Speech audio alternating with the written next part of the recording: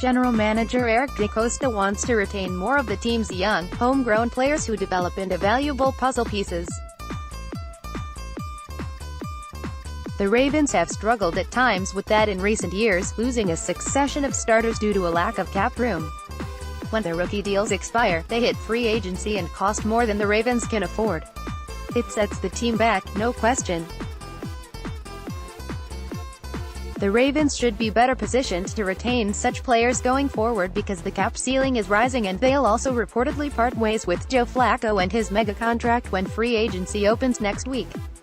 Even with more space, though, it makes great sense for them to try to replicate their move with Young and lock up their best young talent before those players become free agents. It not only helps with the cap but also bolsters roster and lineup continuity, which are kind of important. Let's face it, if the Ravens could have signed Mosley to an extension well before his rookie deal ended, they wouldn't be where they are now with their defensive centerpiece, i.e., down to the deadline amid uncertainty if they can keep him. Identifying which of your young players warrant extensions is a crucial part of the plan, of course. Some guys, like Mosley, make the decision easy. There are others.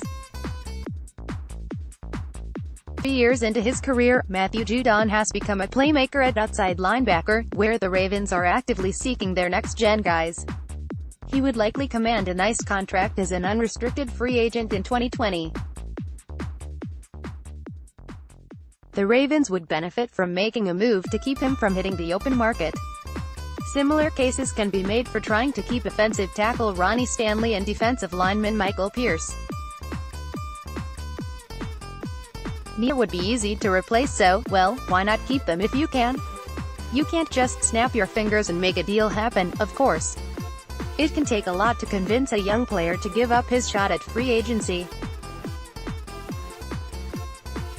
At the same time, receiving a long-term offer can be exhilarating for a player just a few years out of college. It's an expensive proposition either way. Young's deal set a record for slot corners, but players command even more as unrestricted free agents, so there usually are savings in the long run. If enough players are interested and the right prices can be negotiated, there's no doubt a run of early extensions would be a good thing for the Ravens. It's worth rooting for.